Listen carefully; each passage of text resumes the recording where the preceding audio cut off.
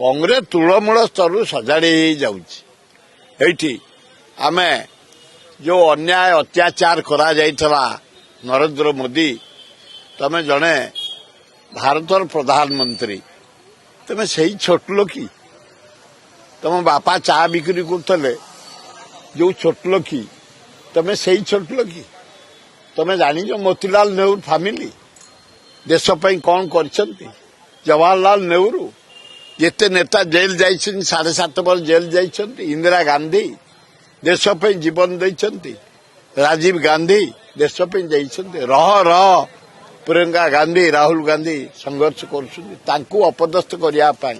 72 ଘଣ୍ଟା ଇଡିରେ ଯୋଉ ଅତ୍ୟାଚାର କଲ, ଖଣ୍ଡିଆ ଚେୟାରରେ ବସେଇ ରାହୁଲ ଗାନ୍ଧୀ କି ସୋନିଆ ଗାନ୍ଧୀ କି କେସ୍ କଲ, 10 ବର୍ଷ କାଳ କଲବଲ କଲ। ଯାଅ ଗଣତନ୍ତ୍ର ବଞ୍ଚିଛି ଜୁଡିସିଆଲ ପାଇଁ ଇଣ୍ଡିଆରେ।